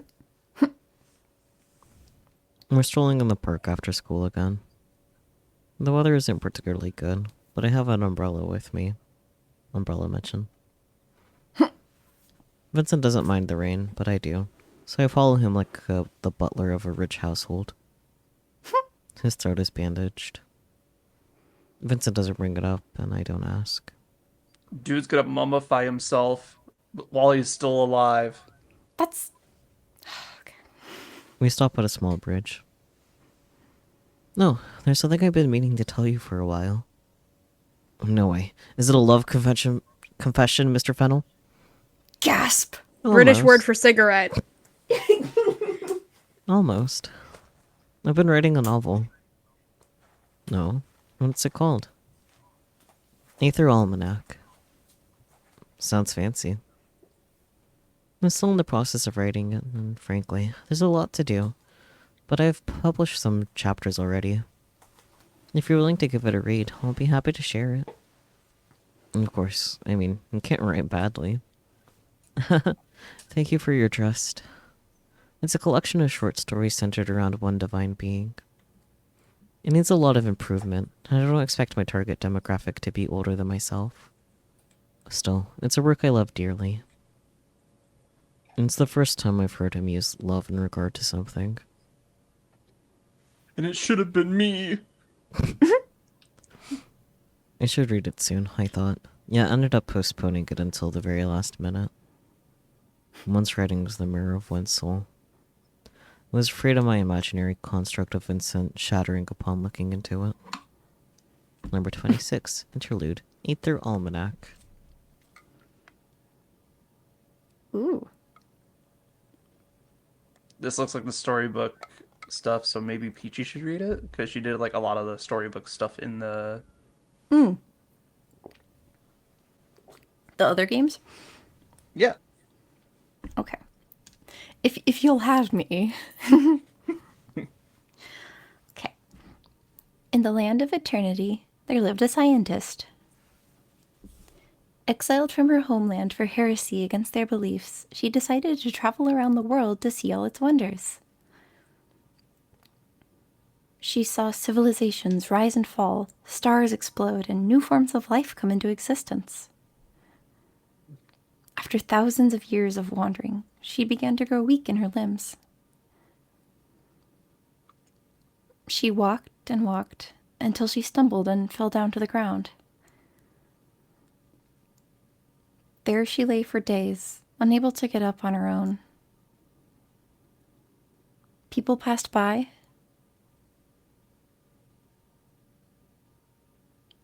Some asked if she was feeling unwell. Some pitied her and gave her food to eat. Some gave advice on how to get back to her feet. But nobody extended a hand. One day, she felt someone lift up her weakened frame. She looked up and saw a being she couldn't quite describe, as its form was constantly changing. It was the most fascinating sight she'd ever seen. "What are you?" the scientist asked. "I cannot be defined by mere words," it laughed, amused by her question. "Some call me White Queen, but that was only one of my many masks. I am neither a man nor a woman, for I am not human. They say meeting me is a great blessing that happens once in many millions of years. Therefore, how about I grant you one wish?" the being offered. "Say, what do you wish for?" The scientist thought of unlimited knowledge and the world's treasures and infallible health, but none of those wonders interested her any longer.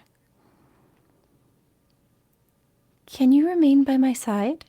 she asked, her voice growing weak as the realization that she grew tired of solitude dawned on her.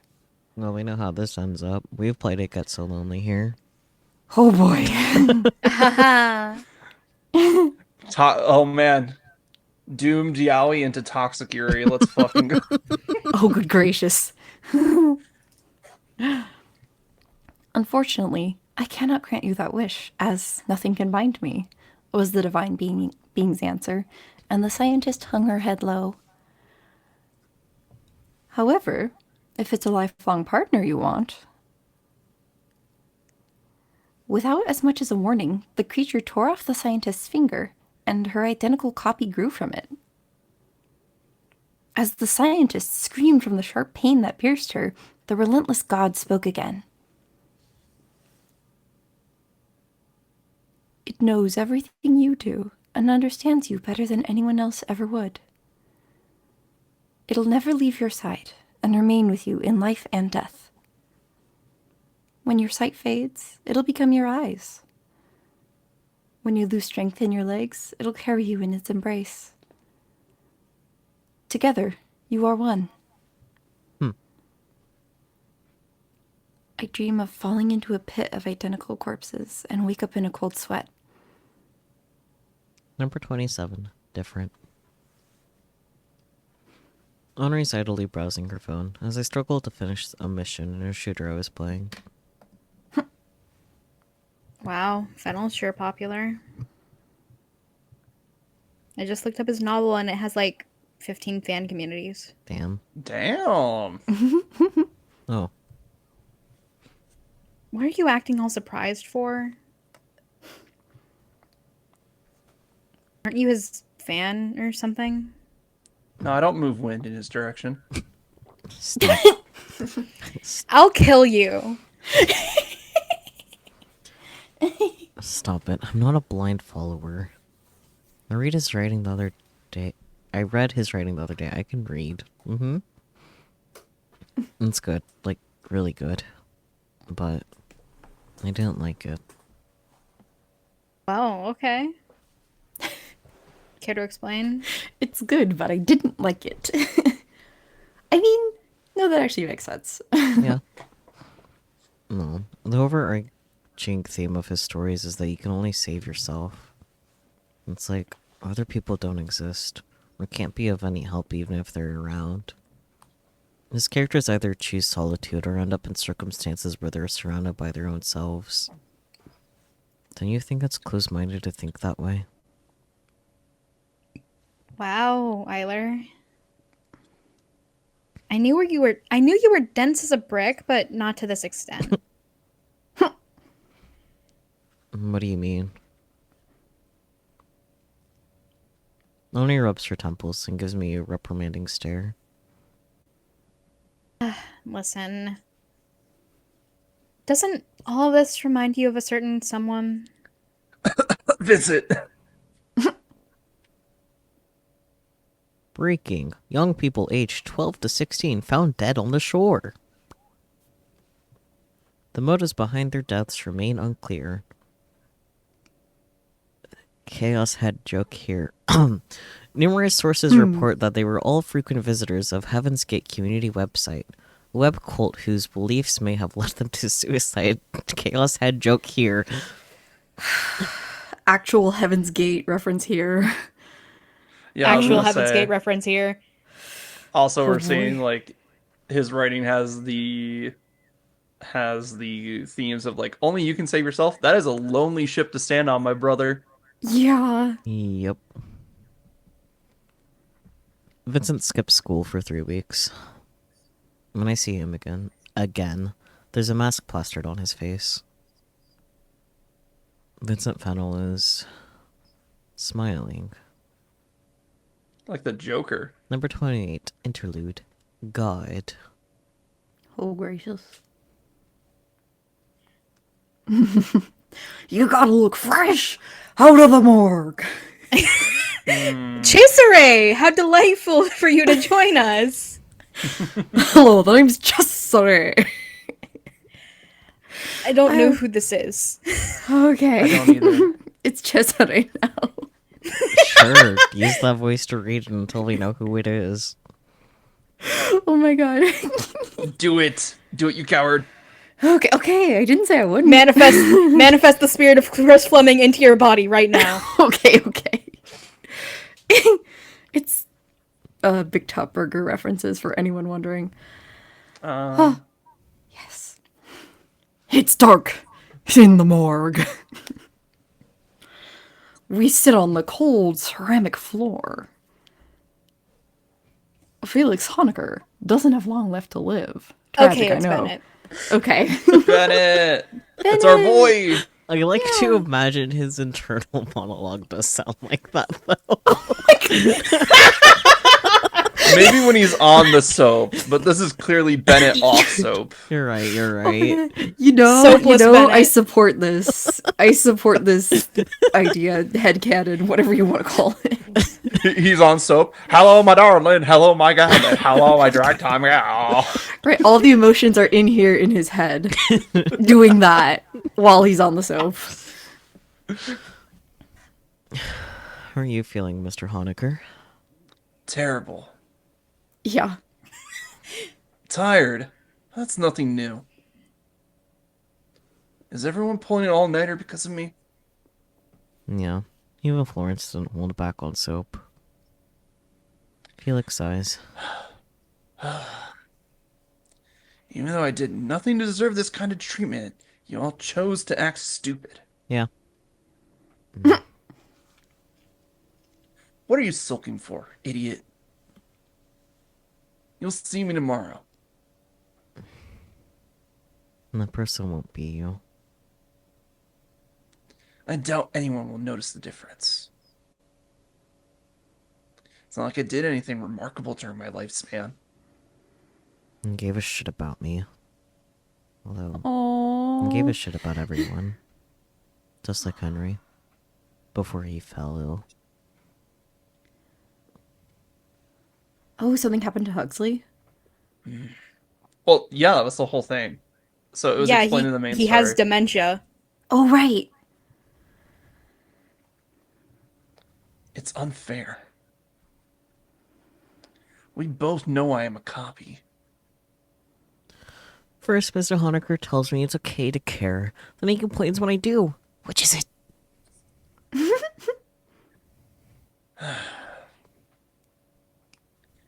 Do you believe in God, Bennett? No. Well, then you're probably gonna go to hell. Hello. Look, he's killed people, okay?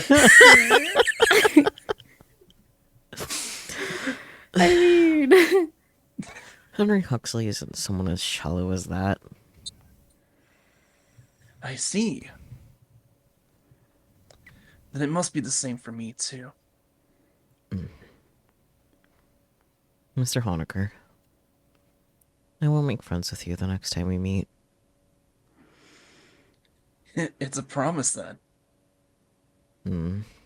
Number 29, Aw. exams.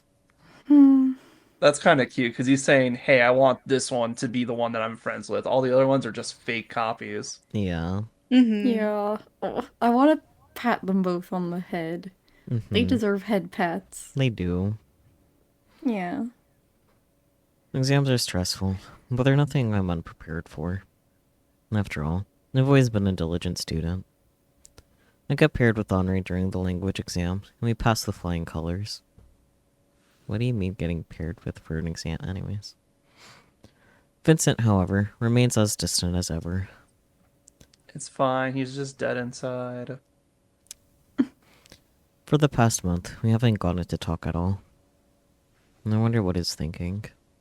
Suicidal thoughts. How disappointing. I can't seem to find any topics to discuss with you either. No, Vincent's not that petty. The very fact that you thought of me like that makes you the petty one. His face. And the truth is yours, imaginary Mr. Fennel. I understood that the way I use words impacts people around me, so I decided to distance myself from people who are easily influenced. Also, you might have noticed that was the old Vincent design before he had like the neck bandages and shit. Mm-hmm. More plausible. But doesn't that mean he thinks very little of me? There's no guarantee that we'll keep in touch after graduating either. I can't shake off the feeling of frustration welling up and ending up losing sleep at night. I'm so anxious that I decided to discuss it with Henri. She likes food, so I lure her in by inviting her to a cafe. If she doesn't say go kiss him, then He wrote what? Henri stabs a cherry tomato on her plate. Poor cherry tomato. It makes a popping sound and bursts. Maybe telling her wasn't a good idea after all. So what if he's a cult leader? I want to talk to him again. Besides, he only helped copyright the texts. It's not like he's involved himself in their activity. Your moral compass just did a complete 180 right now. Listen, I'm sure he understands the weight of his actions. His current isolation must just be damage control. Are you sure he's not just a control freak who enjoys having power over others? God, Henri, are we talking about the same person here? He's the most tactful person I know. He wouldn't... If you commit suicide because he told you your imaginary world would become real, then don't come crying to me. You can't cry if you're dead, Miss Warhol. Anyway, Did you just go like, actually? Yeah, he did. What a fucking nerd! he would unironically go, actually. It's the Yeah. He just autism. did! He just didn't say it! Yeah. Me, like, God, I wish someone was this delulu about me.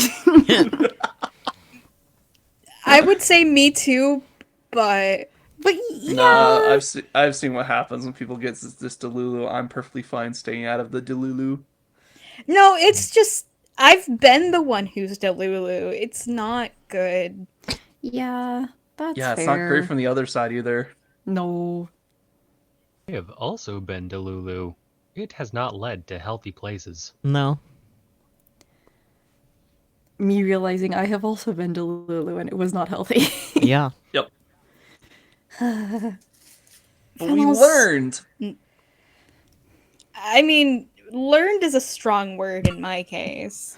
Marvel. Aha! In your case, it's mostly the BPD. It's okay. That too. Anyway, Fennel's dangerous, okay? People like him harm others without even realizing it. That accident confirmed it. If he's a writer, he should take full responsibility of the messages he's communicating. And don't go, it's their own fault on me. But it is. Everyone has their own brains. Charles, not now. If they decided to self-destruct after hearing they're in a video game, then they were already predisposed to it. They just saw the cult site and bam! Confirmation bias activated. They wanted a motive, they got it.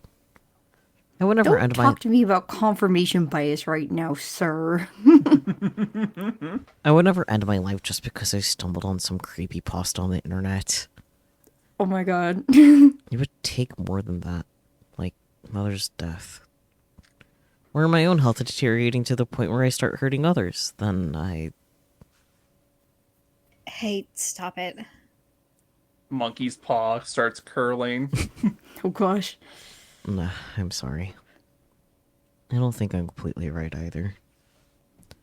Circumstances are different in each individual's case. I know that. I'm just worried about him. Knowing Vincent, he'll never talk about himself. Which is okay with me if that's what he wants. But if I keep ignoring this, what if... I think of running on the field. Children are laughing, illuminated by sun. People like that don't live long. Fine, I get it.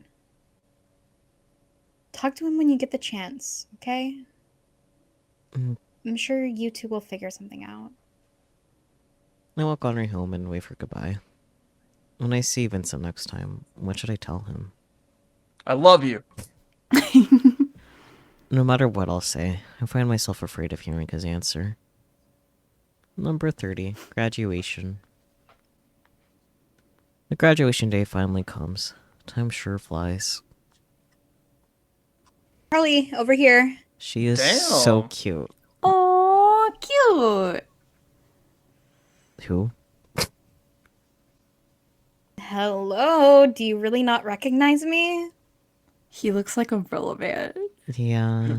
I think you just aged by 9 years. Oof. How? Okay, 7. Please stop kicking me, Miss Warhol. He deserved that.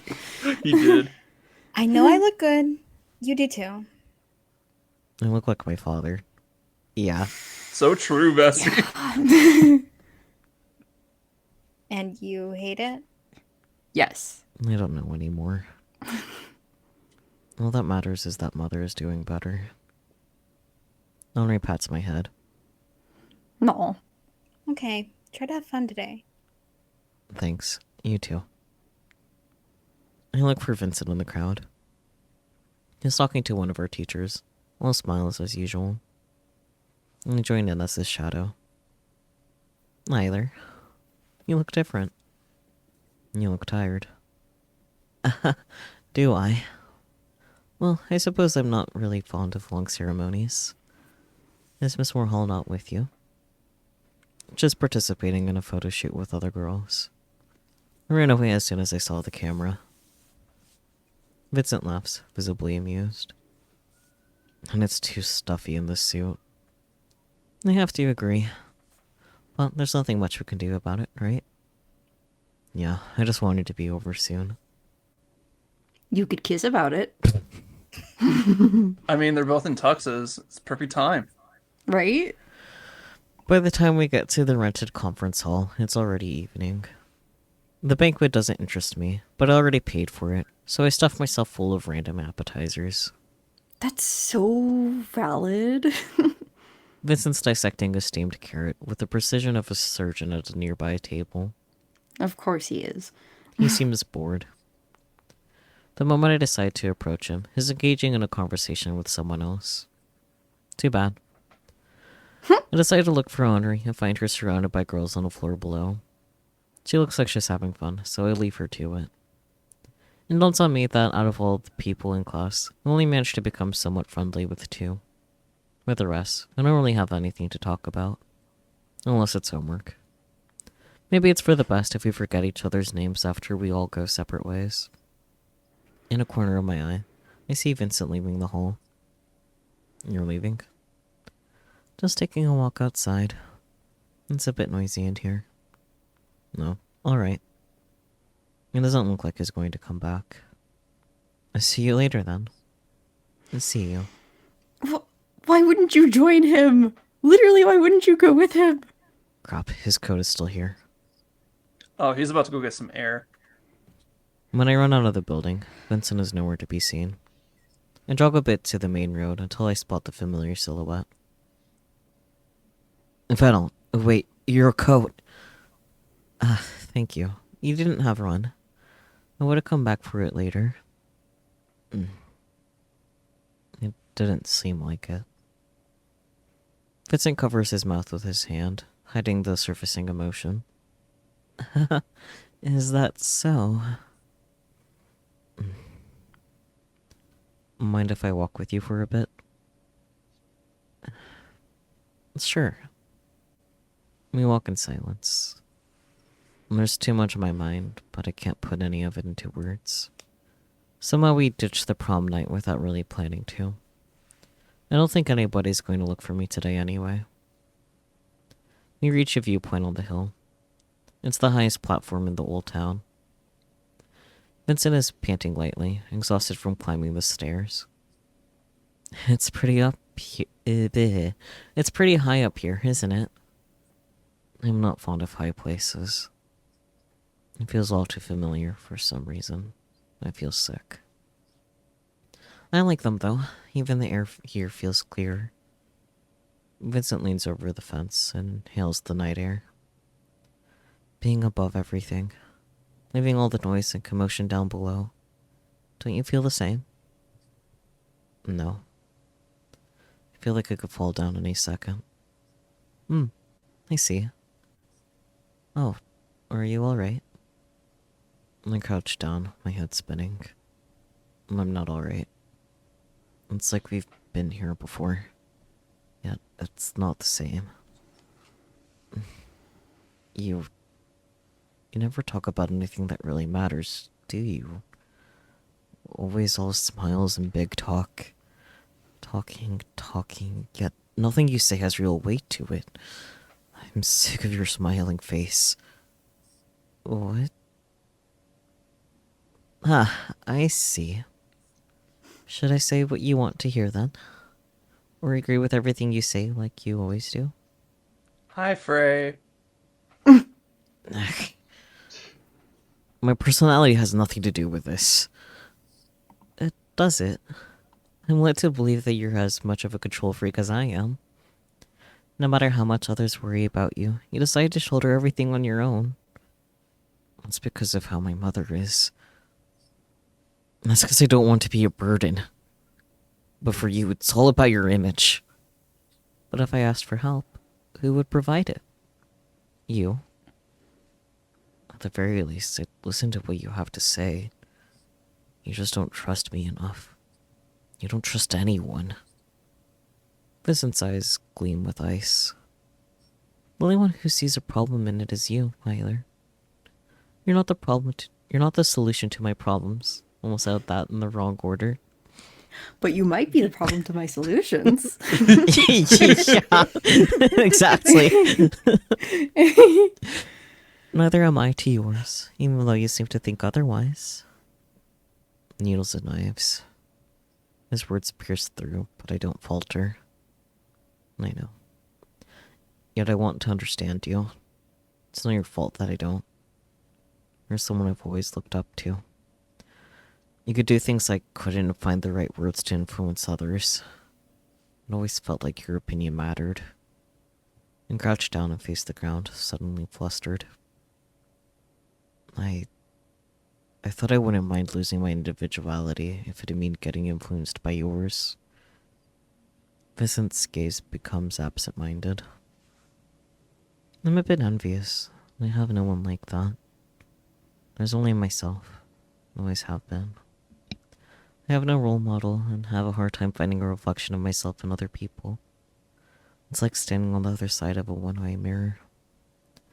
But I don't think of others as inferior to myself. In fact, I like people a lot. That's why I try to show it with appropriate words. Language passwords, just like we discussed once, remember? Friend, soulmate, partner. These are all very easy to say. The only difference is that while they all have a meaning to others, these words sound empty to me. I've never felt close to anyone. The kind understanding Vincent Fennel didn't exist until I created him. I remember Vincent in the kindergarten. Emotionally dead kid gathering crowds around him with useless trinkets from popular shows.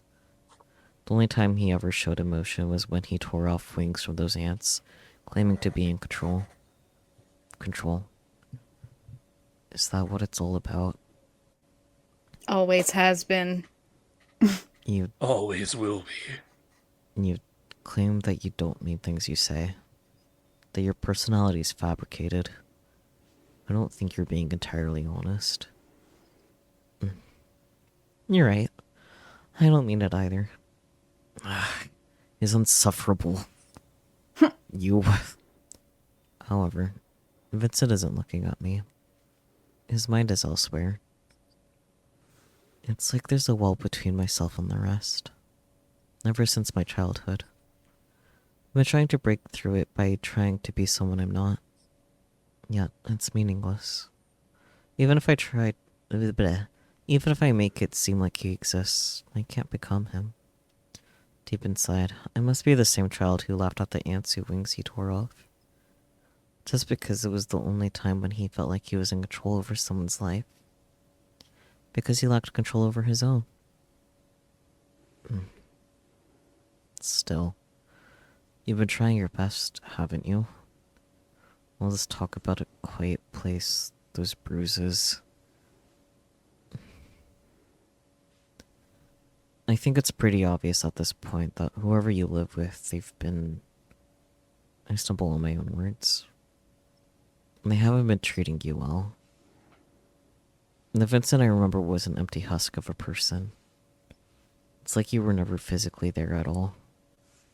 Yet, with time, you're able to regain control over your life.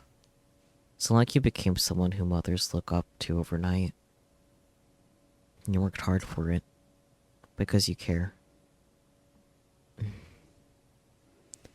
Not just the life narrative you constructed for me. It's nothing that pretty. You can't be proud of being a hypocrite. Would you rather dissociate for the rest of your life? I don't want that either. Both choices are wrong. There's just no hope for me, is there? In this life. I already tried to put an end to it. A month ago. Huh. I didn't think much of it. It was something I knew would happen one day or another. Naturally. Yet, I ended up not going all the way. I thought, I still haven't returned the notebook. I was supposed to put an end to everything. For a ridiculous reason like that, I didn't. My eyes begin to sting, but no tears come out. I may be insignificant and frankly boring, but I'm going to do my best to become someone you can consider your equal, so that you won't feel so alone. I'll keep doing my best so I...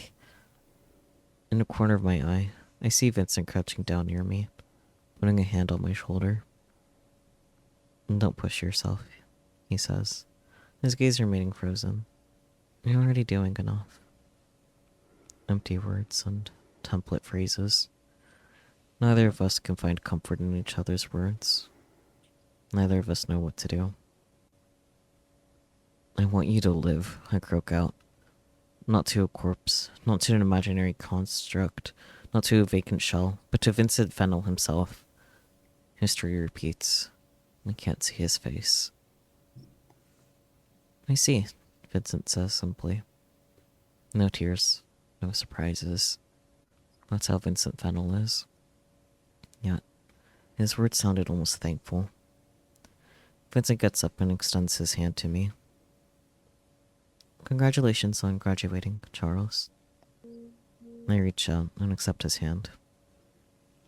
And the future still remains uncertain. Yet, I feel like I'll be able to fall asleep tonight. The sun rises. A new day has come. The end. No. Yay. Boy, oh boy. An alternate telling. Yeah. That's cool. That was fun. Yeah. Wow. I think it goes back to like the conversation that they had way before. Is like the author is responsible for the message they put out there, and while episode 3 ended really well, like what was the message there? So I think Heaven's Gate needed to happen to be like, hey, there's still hope. Like, don't do what my characters do. There's still a way to go about it. Yeah. Yeah. Thoughts? No. This game series is just very important to me. Understandable. Understandable. It is now also very important to me. Congratulations. Same. Yippee! You're all now free to look at my main Twitter uninhibited. Yay. It was a fun ride, yeah.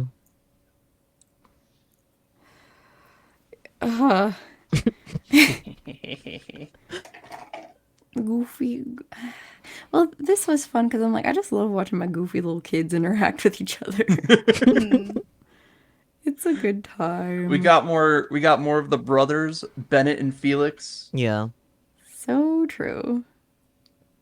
I got a shit ton of reading done today. Like, holy shit, between like both episode 3 and this, like, damn. Yeah. True. Tonight was suck your How's your reads throat tonight. holding up? Fine.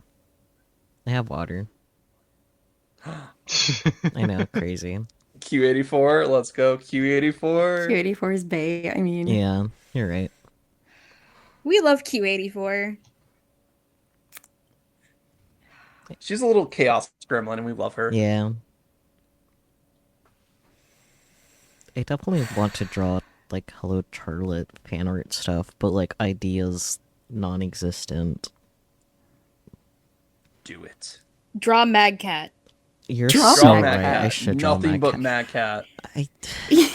I want to draw the other characters too, but you are right. I should draw Mad Cat at least once. Draw Yes. the various forms of Charlotte interacting with Mad Cat. so true. Goodness gracious. I'm also an Feel- advocate of Doomed Yaoi, but that's just me being self-indulgent. Hell It's yeah. so valid though. I more of meant like specific composition ideas, but you guys are pretty silly. Mm. Yeah, of course. Boy, what a ride this was. What a ride. Mhm. It was nice going through this again with more people. Yeah. I'm glad. Everyone did so good at voicing the characters. Yeah. I think we made the right choices as far as casting goes. Mm-hmm. Yeah. Yes. The feel when you play a game with your friends, and now when you think about the game, the characters will have their voices. TM. Yeah. Yeah. Like you just are Charlotte now. Yeah, I guess. It's Charlotte time all the time. Now, Chimera does bring up a interesting discussion point where it like Chimera would have liked it to just end with Ep3. I see where you're coming from, I do. I really do. But also narratively both endings of episode 3 kind of leave off on a slightly unresolved note. Hmm. Yeah. That just doesn't feel good from a narrative standpoint. Like, yes, live with the bad ending. I agree. I mean, neither of the endings were really that happy either. Yeah. No, Yeah. one was like, we're gonna destroy the world and everything, but there'll be a new world in its place. And the other one was status quo, and we'll try to bring her back any way we can. Mm-hmm. Mm-hmm. Which we saw the aftermath of that, of the bad Yeah. end. Oh Yeah. boy, all And the well, Scarlet Islers just freaking out. that was not great. I feel like Heaven's Gate more of just gave closure for loose ends, though. Especially Yeah. for, like, Yeah. the reality portion, since we never really got a good grasp of that because we had nothing but unreliable narrators. Yeah, it added more context to these characters, which is really nice, and then also left it at a pretty resolved point where it seems like it could go either way. It could either go into the events of Hello Charlotte or, you know, complete 180 and they have an entirely different trajectory on their lifestyle. Fan Yeah. fiction. It's up to the hands of Yeah, fan fan fiction. fiction. Vincent. Vincent. Oh, Vincent. It's just like all the different stories of Charlotte. Like, it's just when one story ends, you start another story. Yeah. It's Charlotte time. Yeah. I just like seeing media where it is doomed and there's nothing you can do to fix it. Life is unfair. Oh well. That's Yeah, and fair. there was a bit of that, and I think it goes back to like what Heaven's Gate was saying, like, hey, authors are responsible for the type of message that they put out there, and putting like a life is unfair, deal with it message out there, kind of irresponsible if you Yeah. think about it. Yeah. Yeah. So like I do like that not every story has a happy ending. But then it's like if we just left it at that, then that's kind of harmful. Mm-hmm. Yeah. Well, and it's And all the characters are flawed, and that's like what it's Yeah. pointing to. yeah. Yeah. I don't think these characters could ever be quote unquote fixed. No. True. Like some like Vincent as a character is too far gone in his own sort of worldview. But that doesn't mean Yeah. that he needs to die. He can find Yeah. another way forward. Yeah. Gestures to all these mentally ill kids who have not gotten proper support. But yeah, like I see Heaven's Gate as like another way that these characters could have unfolded because like Henri didn't move away either. Like she's still trying to pursue a quote unquote relationship with a guy that treats her pretty decently. For a girl, Might we she is add? bisexual. Yeah. Yeah. True. But yeah, you know, like she's trying to pursue a life with someone who treats her kind of okay. Mm-hmm. Yeah. He does get a little preachy near the end there, but And Boy. then Charles, poor sweet Charles. Yeah. still trying to figure out everything in the world. Yeah. Realizing that his role models are all full of shit. Yeah. Yeah. That's what happens when you grow up. Hmm. I think Childhood's End is a really good title because it is kind of about growing up and realizing that your world is going to change and you're going to change and you can't stop it. And sometimes it's ugly and uncomfortable. Well, it's not even don't meet your heroes. It's Yeah. realize that your heroes have flaws, Just like you. just Yeah. like you. Yeah. And none of us are gods, even if we might idolize people. Unless, just kidding. And honestly, I'm also in the same boat. I do not like a story that's like, oh, we just committed war crimes, but everything's fine and we're all happy and like Yeah. just like A good what chunk the of Fire fuck? Emblem games. Yeah, a good chunk of Fire Ah. Emblem games. We literally did war, but we won. So we're the good guys. So we're obviously gonna take care of the world. It's like History what is the written by fuck? the American victors. propaganda. Exactly. Oof. Like that I understand that type of story. Like, yes, it's good for like Fire Emblem because it's like it's trying to keep that at least E10 rating. Hmm. Yeah. Anyway, hello, Charlotte. Um, point being, hello, Charlotte, good, even if its endings are perhaps not the happiest. Yeah. I think they're solid endings. I like me some messy shit. Yeah, me too. Goodbye, Charlotte. Yeah, goodbye, Charlotte. Goodbye, Goodbye, Charlotte. Charlotte. Goodbye, Charlotte. Goodbye, Sakyu. Goodbye, Marvel. I'll see you next Friday. Goodbye, though. Peachy. Goodbye, Oh, right, next Marvel. Friday. What are we doing next Friday again? Amori. Oh, right, Yep, yeah. I'm keeping you for Oh, Fridays. exciting. You're being held hostage. Oh no. Oh no, I'm being held Sucker. hostage. Oh no. I at least get moved. I at least get moved to like what, Thursdays? Yeah, but you also get like a break for like a month. Hell yeah. Goodbye, Relix. Goodbye, Marvel. Goodbye, Peachy. Detonates. Goodbye, Marvel. Goodbye, Bear. Goodbye. Goodbye, chat. Goodbye, chat. Thank you for joining us for Hello Charlotte. It's been a time. It's been a time. It's been a good time.